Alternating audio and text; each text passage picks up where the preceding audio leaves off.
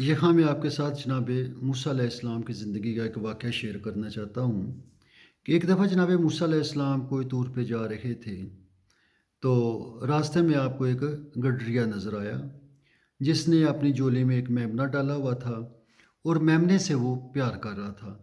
उसके ऊपर हाथ फेर रहा था और वो कुछ यूँ कह रहा था कि, "ऐ मेरे अल्लाह, अगर तू मुझे मिलता।"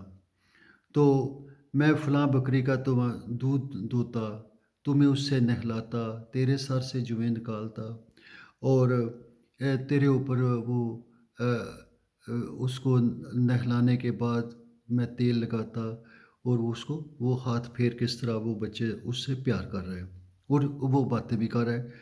जनाब मूसा अलैहिस्सलाम ने जब देखा तो आपको गुस्सा आया और आपने उसको एक ठोकर लगाई और कहा कि खुदा की ज़ात ऐसी है जैसे तू उसको वो बातें कर रहा है। तो वो खामोश हो गया, डर गया। तो जनाब मूसा अलैहिस्सलाम कोई तूर पे चले गए। जब वहाँ पहुँचे तो वहाँ खालिक की आवाज़ आपको सुनाई ना दी। काफ़ी देर जनाब मूसा अलैहिस्सलाम मुनाजात करते रहे, दुआएँ करते रहे और काफ़ी देर के बाद आपको मालिक की आवाज़ आई। तो आवाज़ हक़ ने कहा, मूसा आज तूने मुझे ठोकरें लगाई हैं। तो मूसा अलैहिस्सलाम फरमाने लगे, मालिक मैं तुझे ठोकर कैसे लगा सकता हूँ? तो अल्लाह की ज़ात ने फरमाया कि रास्ते में एक गडरिया था, जिसको तूने ठोकर लगाई है, तो वो उसके जो झोली में जो ज़ात थी, वो मैं ही तो था। जिस प्यार और ख़ुलूस और मोहब्बत से मुझे वो कह रहा था, तो मैं उसकी आवाज़ सुन रहा था और मैं उसके पास मौजूद था। इसीलिए तो वो मुझसे इतना प्यार कर रहा था। तो मूसा अलैहिस्सलाम जो है वो इस बात पे परेशान हो गए और खालिक से माफ़ी के तालब हुए। तो बाबा जी फरमाते थे कि मालिक की ज़ात जो है वो हमारे तसव्वुर से टैली करती है। अगर हम तसव्वुर के साथ उसको मोहब्बत करते हैं, उसके मुताबिक अपना तसव्वुर बनाते हैं, उसके मुताबिक अपनी ज़िंदगी गुज़ारते हैं, अपने अखलाक और किरदार को उसके मुताबिक डालते हैं, तो फिर वो ज़ात हमारे करीब होती है और उस ज़ात की परछाई हमें जो है वो महसूस होती है और वो एक फ़ीलिंग सी आती है। एक दफ़ा इसी तरह बाबा जी की ज़िंदगी का वाक़या है कि कुरैशी के साथ बैठे हुए थे और शाम का समय था और रोज़ा खुलने वाला था। तो बाबा जी फरमाने लगे कि कुरैशी अगर सुरख शरबत होता तो रोज़ा खोलने का मज़ा आता। तो थोड़ी ही देर गुज़री थी, तो 2 लोग मोटरसाइकिल पे आए, उन्होंने 2 बोतल वो रूह अफ़ज़ा पकड़ा हुआ था और वो बाबा जी को पेश करने के बाद कहने लगे कि जनाब रोज़ा इस शरबत से इफ़्तार कीजिएगा। तो बाबा जी कुरैशी से फ़रमाने लगे, कुरैशी कोई ज़ात थी जो बात को सुन रही थी और देखो कोई टाइम ही नहीं लगा और ये शरबत हमारे सामने आ गया है। तो बात है उस ज़ात को मानने की। तो बाबा जी अक्सर फरमाते थे कि बहुत सारे वली, दरवेश, कुतुब और वो बाबा जी का जो एक ज़िंदगी थी जो उन्होंने औलिया उल्लाह की महफ़िल में गुज़ारी थी और उनकी जो सर्च थी, जो बहुत बड़ी एक लाइफ़ थी।